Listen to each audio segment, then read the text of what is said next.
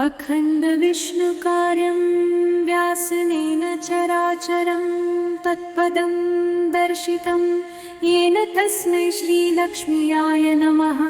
नारायणं नारायणं नारायणम्। अखण्डविष्णुकार्यं व्यासनेन चराचरं तत्पदं दर्शितं येन तस्मै श्रीलक्ष्म्याय नमः।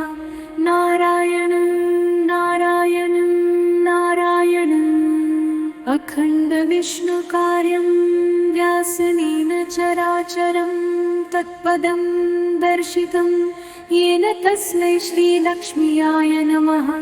नारायणं नारायणं नारायणम्। अखण्डविष्णुकार्यं व्यासनेन चराचरं तत्पदं दर्शितं येन तस्मै श्रीलक्ष्म्याय नमः।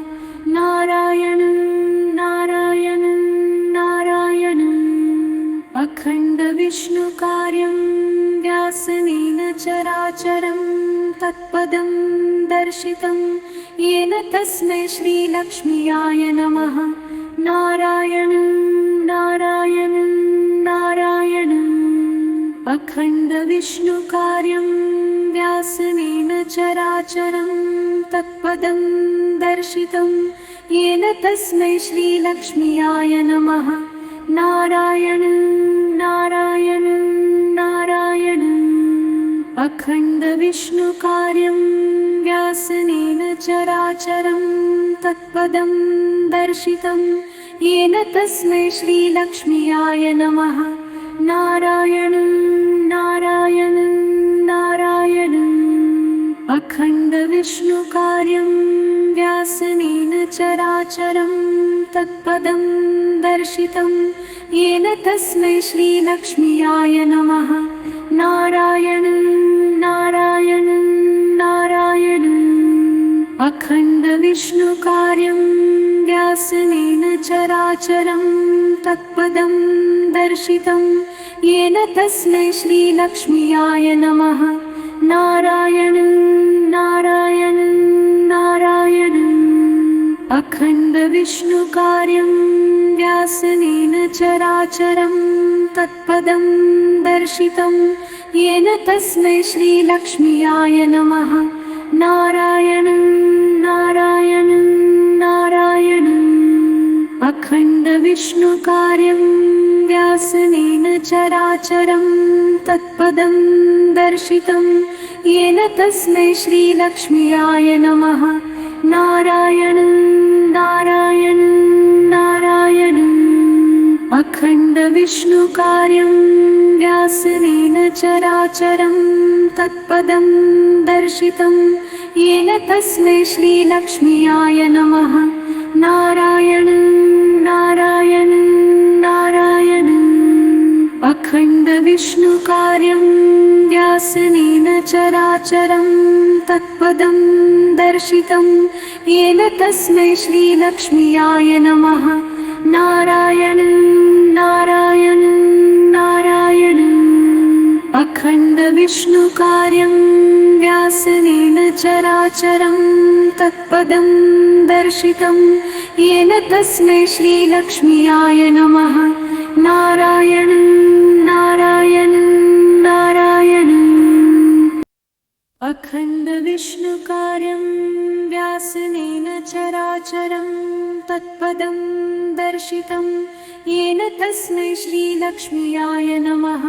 नारायणं नारायणं नारायणम्। अखण्डविष्णुकार्यं व्यासनेन चराचरं तत्पदं दर्शितं येन तस्मै श्रीलक्ष्म्याय नमः। नारायणं नारायणं नारायणम्। अखण्डविष्णुकार्यं व्यासनेन चराचरं तत्पदं दर्शितं येन तस्मै श्रीलक्ष्म्याय नमः। नारायणं नारायणं नारायणम्। अखण्डविष्णुकार्यं व्यासनेन चराचरं तत्पदं दर्शितं येन तस्मै श्रीलक्ष्म्याय नमः।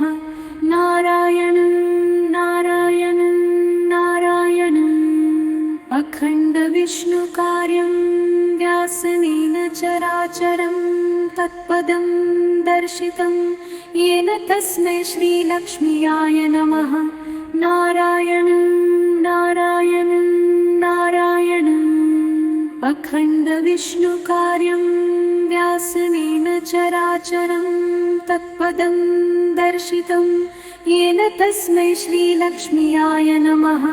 नारायणं नारायणं नारायणम्। अखण्डविष्णुकार्यं व्यासनेन चराचरं तत्पदं दर्शितं येन तस्मै श्रीलक्ष्म्याय नमः। नारायणं नारायणं नारायणम्। अखण्डविष्णुकार्यं व्यासनेन चराचरं तत्पदं दर्शितं येन तस्मै श्रीलक्ष्म्याय नमः। नारायणं नारायणं नारायणम्। अखण्डविष्णुकार्यं व्यासनेन चराचरं तत्पदं दर्शितं येन तस्मै श्रीलक्ष्म्याय नमः। नारायणं नारायणं नारायणम्। अखण्डविष्णुकार्यं व्यासनेन चराचरं तत्पदं दर्शितं येन तस्मै श्रीलक्ष्म्याय नमः। नारायणं नारायणं नारायणम्। अखण्डविष्णुकार्यं व्यासनेन चराचरं तत्पदं दर्शितं येन तस्मै श्रीलक्ष्म्याय नमः। नारायणं नारायणं नारायणम्। अखण्डविष्णुकार्यं व्यासनेन चराचरं तत्पदं दर्शितं येन तस्मै श्रीलक्ष्म्याय नमः। नारायणं नारायणं नारायणम्। अखण्डविष्णुकार्यं व्यासनेन चराचरं तत्पदं दर्शितं येन तस्मै श्रीलक्ष्म्याय नमः। नारायणं नारायणं नारायणम्। अखण्डविष्णुकार्यं व्यासनेन चराचरं तत्पदं दर्शितं येन तस्मै श्रीलक्ष्म्याय नमः। नारायणं नारायणं नारायणम्। अखण्डविष्णुकार्यं व्यासनेन चराचरं तत्पदं दर्शितं येन तस्मै श्रीलक्ष्म्याय नमः। नारायणं नारायणं नारायणम्। अखण्डविष्णुकार्यं व्यासनेन चराचरं तत्पदं दर्शितं येन तस्मै श्रीलक्ष्म्याय नमः। नारायणं नारायणं नारायणम्। अखण्डविष्णुकार्यं व्यासनेन चराचरं तत्पदं दर्शितं येन तस्मै श्रीलक्ष्म्याय नमः। नारायणं नारायणं नारायणम्। अखण्डविष्णुकार्यं व्यासनेन चराचरं तत्पदं दर्शितं येन तस्मै श्रीलक्ष्म्याय नमः। नारायणं नारायणं नारायणम्। अखण्डविष्णुकार्यं व्यासनेन चराचरं तत्पदं दर्शितं येन तस्मै श्रीलक्ष्म्याय नमः। नारायणं नारायणं नारायणम्। अखण्डविष्णुकार्यं व्यासनेन चराचरं तत्पदं दर्शितं येन तस्मै श्रीलक्ष्म्याय नमः। नारायणं नारायणं नारायणम्। अखण्डविष्णुकार्यं व्यासनेन चराचरं तत्पदं दर्शितं येन तस्मै श्रीलक्ष्म्याय नमः। नारायणं नारायणं नारायणम्। अखण्डविष्णुकार्यं व्यासनेन चराचरं तत्पदं दर्शितं येन तस्मै श्रीलक्ष्म्याय नमः। नारायणं नारायणं नारायणम्। अखण्डविष्णुकार्यं व्यासेन चराचरं तत्पदं दर्शितं येन तस्मै श्रीलक्ष्म्याय नमः। नारायणं नारायणं नारायणम्। अखण्डविष्णुकार्यं व्यासेन चराचरं तत्पदं दर्शितं येन तस्मै श्रीलक्ष्म्याय नमः। नारायणं नारायणं नारायणम्। अखण्डविष्णुकार्यं व्यासेन चराचरं तत्पदं दर्शितं येन तस्मै श्रीलक्ष्म्याय नमः। नारायणं नारायणं नारायणम्। अखण्डविष्णुकार्यं व्यासेन चराचरं तत्पदं दर्शितं येन तस्मै श्रीलक्ष्म्याय नमः। नारायणं नारायणं नारायणम्। अखण्डविष्णुकार्यं व्यासेन चराचरं तत्पदं दर्शितं येन तस्मै श्रीलक्ष्म्याय नमः। नारायणं नारायणं नारायणम्। अखण्डविष्णुकार्यं व्यासेन चराचरं तत्पदं दर्शितं येन तस्मै श्रीलक्ष्म्याय नमः। नारायणं नारायणं नारायणम्। अखण्डविष्णुकार्यं व्यासेन चराचरं तत्पदं दर्शितं येन तस्मै श्रीलक्ष्म्याय नमः। नारायणं नारायणं नारायणम्। अखण्डविष्णुकार्यं व्यासेन चराचरं तत्पदं दर्शितं येन तस्मै श्रीलक्ष्म्याय नमः। नारायणं नारायणं नारायणम्। अखण्डविष्णुकार्यं व्यासेन चराचरं तत्पदं दर्शितं येन तस्मै श्रीलक्ष्म्याय नमः। नारायणं नारायणं नारायणम्। अखण्डविष्णुकार्यं व्यासेन चराचरं तत्पदं दर्शितं येन तस्मै श्रीलक्ष्म्याय नमः। नारायणं नारायणं नारायणम्। अखण्डविष्णुकार्यं व्यासेन चराचरं तत्पदं दर्शितं येन तस्मै श्रीलक्ष्म्याय नमः। नारायणं नारायणं नारायणम्। अखण्डविष्णुकार्यं व्यासेन चराचरं तत्पदं दर्शितं येन तस्मै श्रीलक्ष्म्याय नमः। नारायणं नारायणं नारायणम्। अखण्डविष्णुकार्यं व्यासेन चराचरं तत्पदं दर्शितं येन तस्मै श्रीलक्ष्म्याय नमः। नारायणं नारायणं नारायणम्। अखण्डविष्णुकार्यं व्यासेन चराचरं तत्पदं दर्शितं येन तस्मै श्रीलक्ष्म्याय नमः। नारायणं नारायणं नारायणम्। अखण्डविष्णुकार्यं व्यासेन चराचरं तत्पदं दर्शितं येन तस्मै श्रीलक्ष्म्याय नमः। नारायणं नारायणं नारायणम्। अखण्डविष्णुकार्यं व्यासेन चराचरं तत्पदं दर्शितं येन तस्मै श्रीलक्ष्म्याय नमः।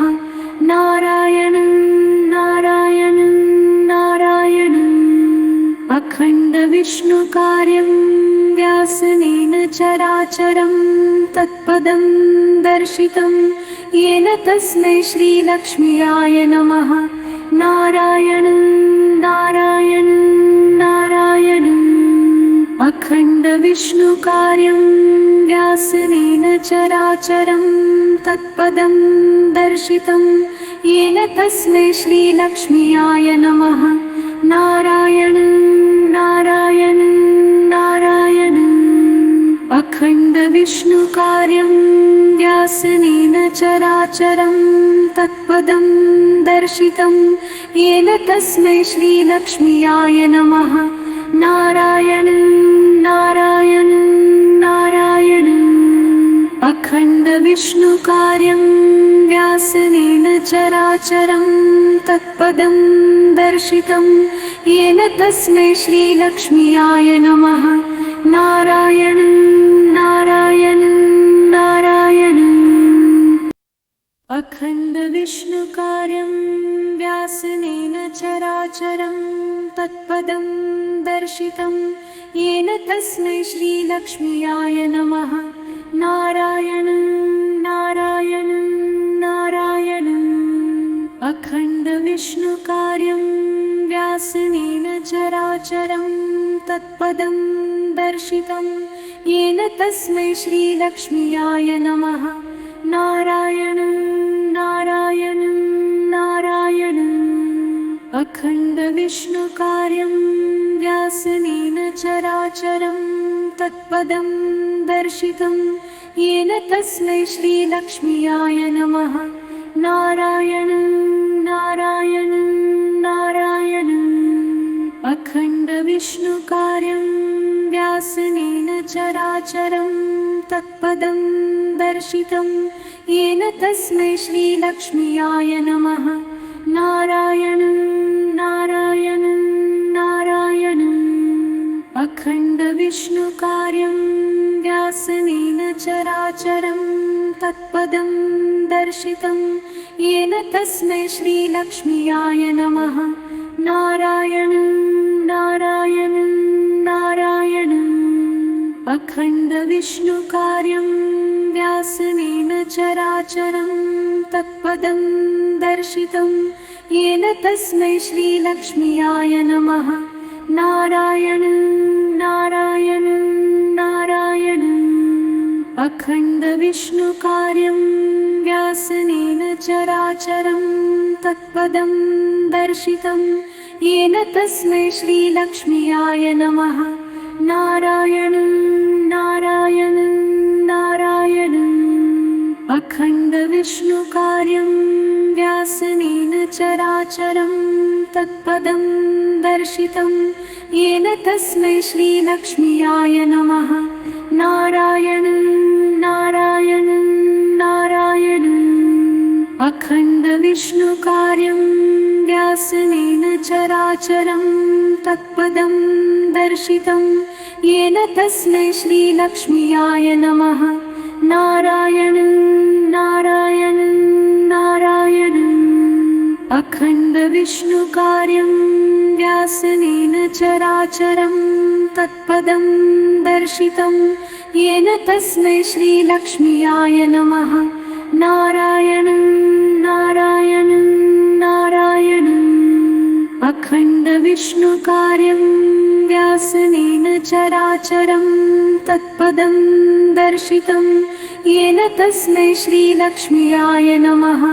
नारायणं नारायणं नारायणम्। अखण्डविष्णुकार्यं व्यासनेन चराचरं तत्पदं दर्शितं येन तस्मै श्रीलक्ष्म्याय नमः।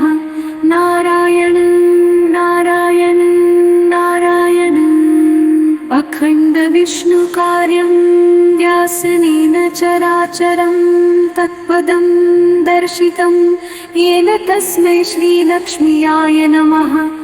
नारायणं नारायणं नारायणम्। अखण्डविष्णुकार्यं व्यासनेन चराचरं तत्पदं दर्शितं येन तस्मै श्रीलक्ष्म्याय नमः।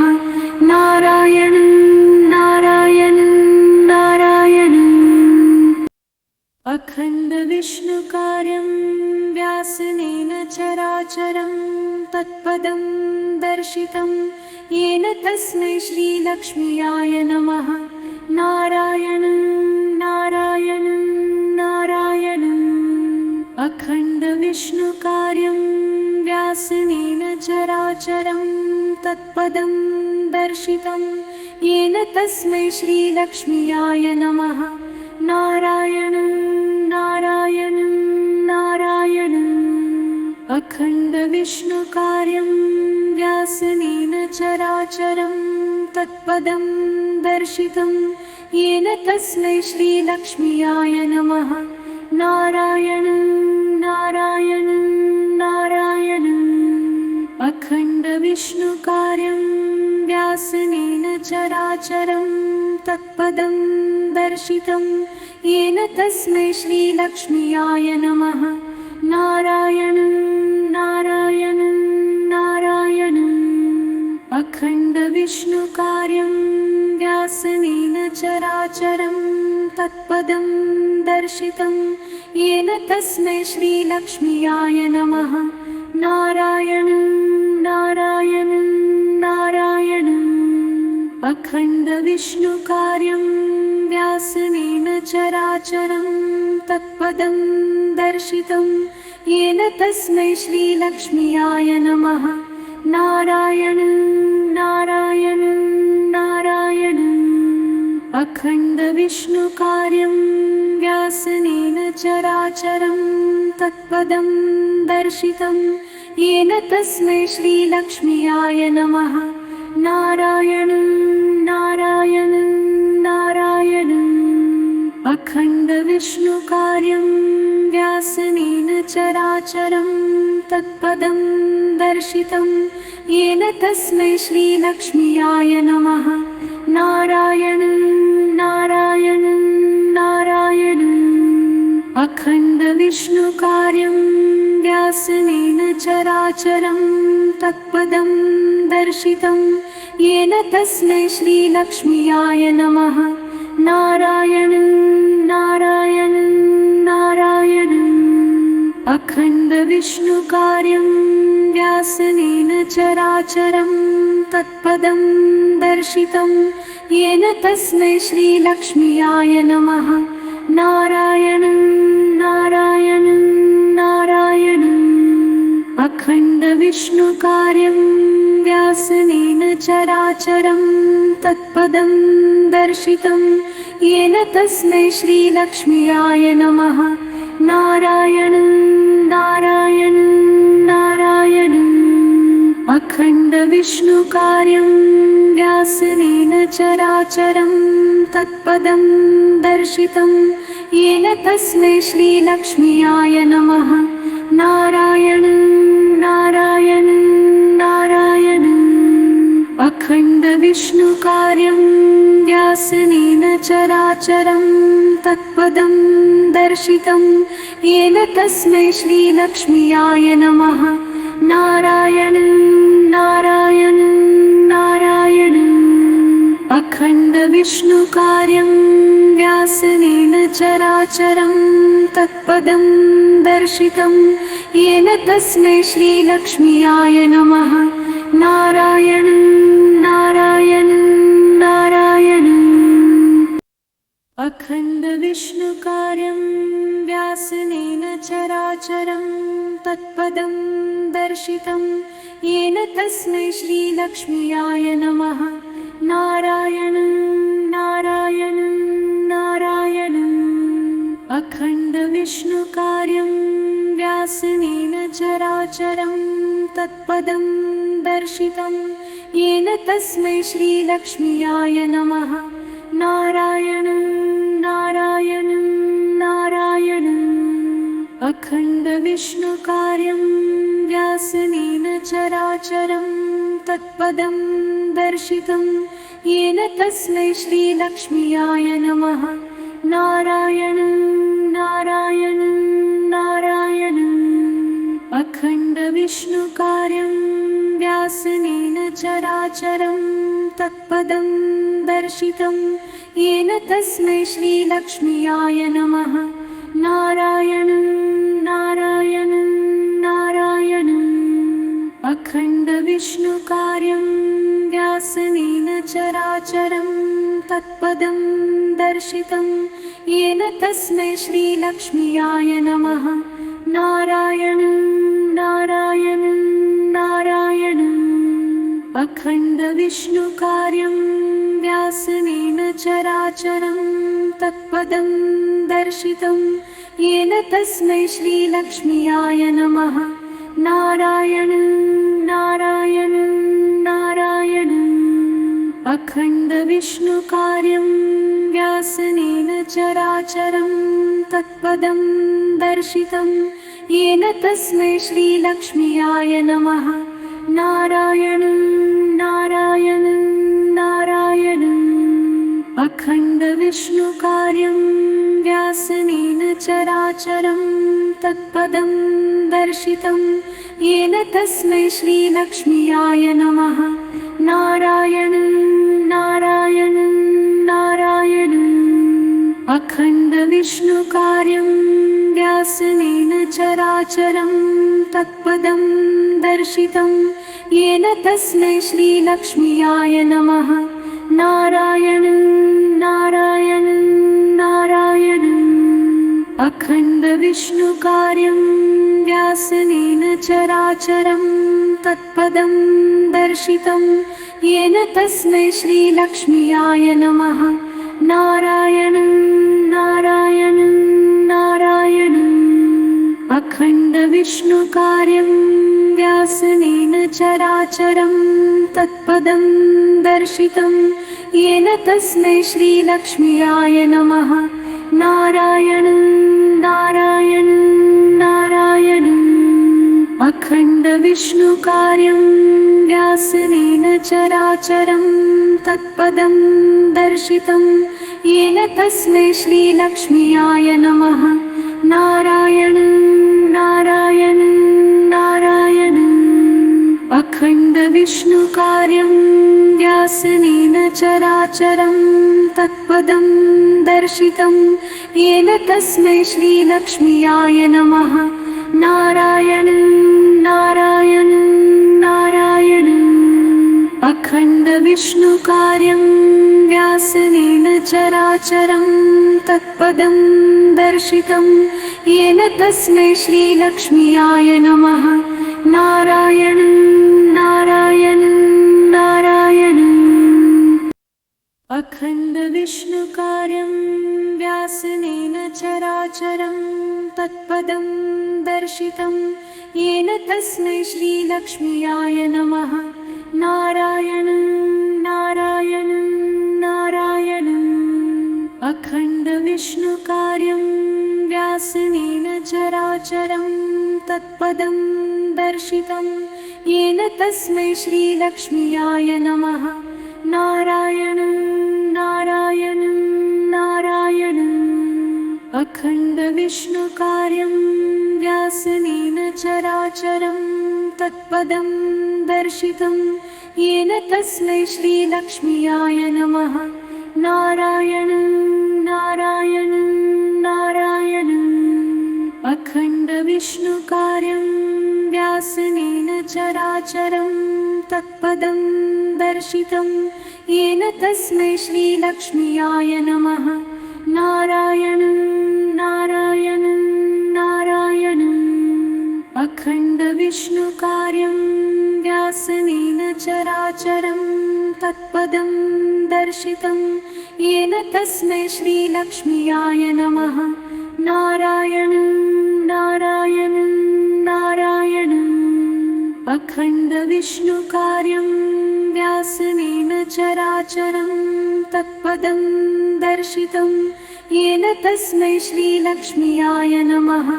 नारायणं नारायणं नारायणम्। अखण्डविष्णुकार्यं व्यासनेन चराचरं तत्पदं दर्शितं येन तस्मै श्रीलक्ष्म्याय नमः।